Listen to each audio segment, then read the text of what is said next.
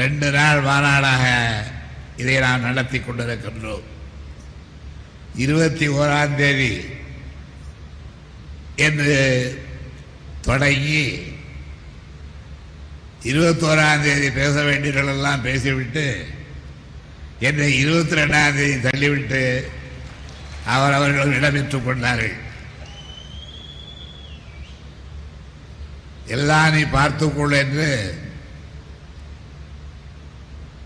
நண்பர் சிவபுரமானாலும் ஜி.கே. வாசனர்களானாலும் அவர்கள் பார்த்தவர்களை எங்களுடைய பொதுச் செயலாளரை கூட நீ இருக்க பயமே என்று அவரும் போய்விட்டார்.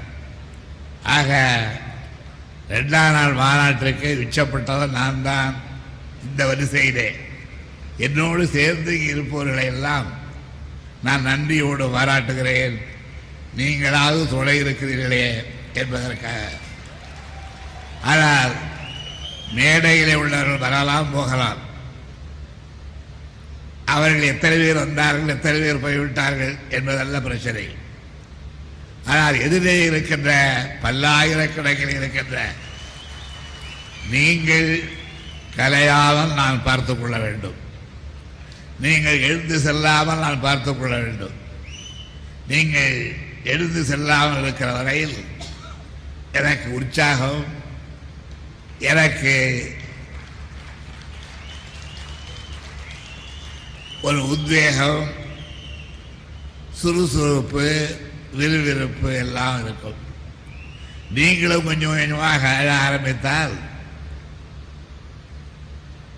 இந்த மாநாடு களை இழக்கும்.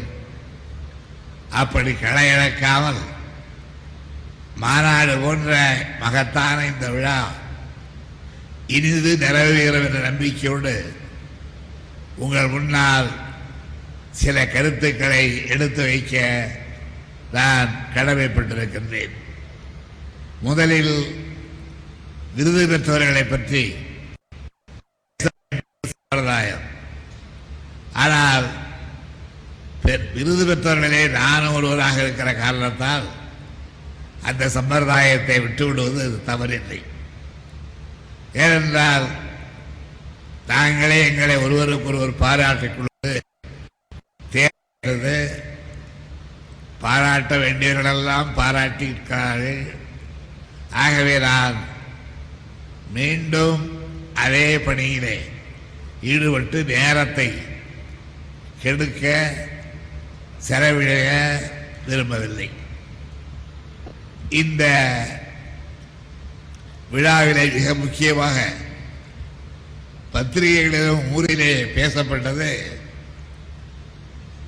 இங்கே இன்றைக்கு காலையிலே திறக்கப்பட்ட இந்த மாளிகை தான்.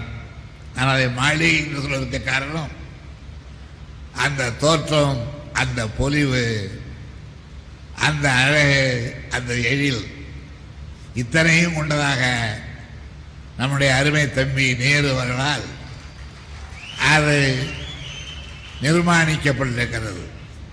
நேரு ஒருவரே தானே கொண்டு தானே மண்வெட்டி தானே சிமெண்ட் உடைத்து கட்டினார் என்று சொல்ல மாட்டேன். நான் எப்படி அறிவாலயம் கட்டுவதற்கு முயற்சி எடுத்தேனோ அந்த முயற்சியை தம்பி நேரு திருச்சியிலே எடுத்து இந்த அழகான கட்டிடத்தை கழகத்திற்கு வழங்கி இருக்கிறார், நமக்கு வழங்கி இருக்கிறார், நாட்டுக்கு வழங்கி இருக்கிறார் என்று சொன்னால் அது மிகையாகாது. அண்ணா அறிவாலயம் சென்னையிலே இருக்கிறது. அந்த அறிவாலயத்தை எழுப்பிய போது நான் அந்த அறிவாலயத்தில் இருக்கின்ற ஒவ்வொரு கல்லும் எப்படி அமைக்கப்பட வேண்டும், எங்கே வைக்கப்பட வேண்டும் என்று சொல்லுகின்ற பணியிலே ஈடுபட்டு காலையிலே சென்றால் இரவு 10 மணி வரையிலே அண்ணா அறிவாலயம் நிர்மாணிக்கப்பட்ட அந்த இடத்திலேயே செலவிட்டு துணைக்கு சில நண்பர்களை வைத்துக் கொண்டு அதை கட்டி முடித்து அதனுடைய திறப்பு விழா நடைபெற்ற பொழுது அது நடைபெறாமல் தடுப்பதற்கு சில முயற்சிகள் கூட நடைபெற்றும் அந்த தடையின் மீது தடைக்கற்கள் உண்டு என்றாலும் தடந்தோள் உண்டென சிரிப்போம் என்ற வகையிலே நம்முடைய கழகத் தோழர்கள்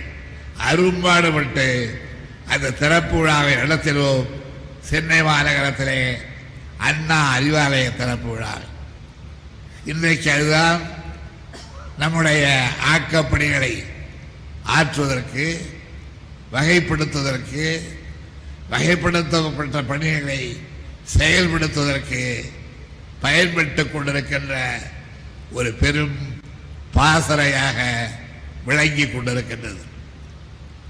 அதை திருச்சியிலே நிர்மாணிக்க வேண்டும் என்று நேரு விரும்பிய இடத்திலே கேட்டபோது எனக்கு பழைய நினைவுகள் பக்கம் பக்கமாக என்னுடைய நெஞ்சிலே உருண்டன.